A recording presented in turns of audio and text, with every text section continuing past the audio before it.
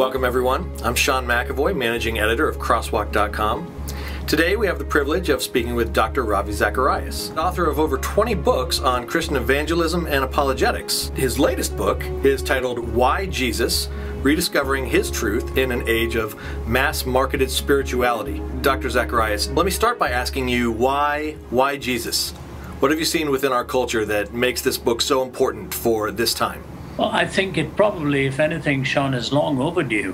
When you look back upon the last 20 years, on the heels of postmodernism, which brought in the idea of no truth, no meaning, no certainty, I think those in search for spiritual answers were beginning to struggle with the legalistic emphasis in Christendom or in religious worldviews where there was such a long list of do's and don'ts.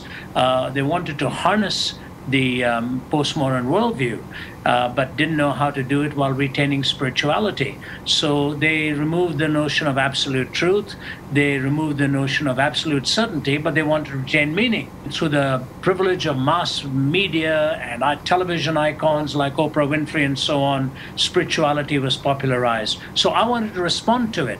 What are the strengths of it? What are the vulnerabilities? What are the weaknesses? And why is it that what they're really looking for is already there in Jesus Christ? You punch holes in the spiritual philosophies of some of America's favorite gurus, from Oprah to Deepak to Eckhart Tolle. I know several Christians who admire these individuals for their attempts at making the individual and society better. So why go on the attack? It's interesting because in many ways, they are on the attack, but it's a very subtle form. It's a passive-aggressive way of attacking. For example, Deepak Choprah's book on Jesus, he makes some astounding comments. Why does he call Jesus the third Jesus? He said, because number one, there's the historic Jesus about A, whom we know nothing about, he says.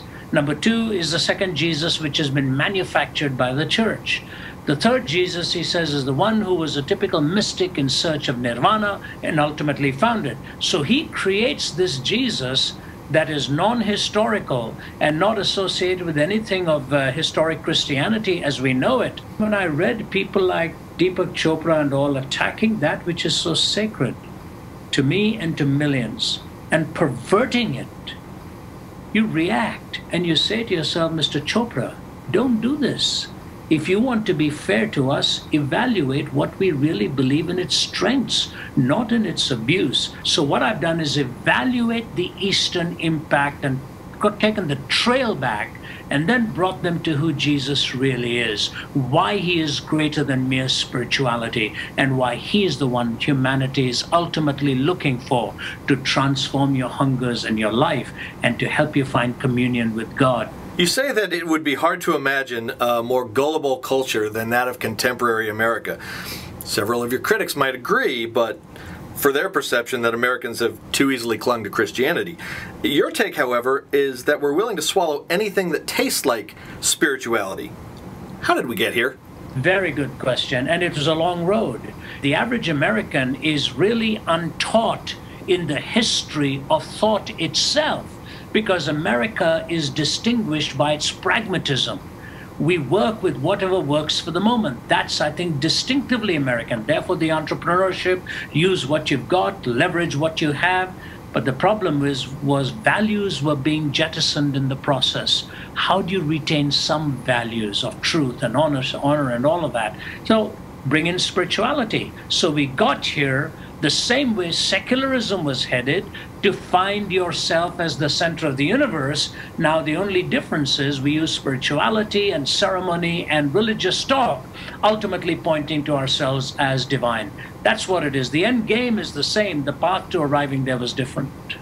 I began reading Why Jesus on the same day that a popular internet video called Why I Hate Religion But Love Jesus hit in a big way. I know you've seen the video. What was your take in light of what you say about religion versus spirituality in Why Jesus?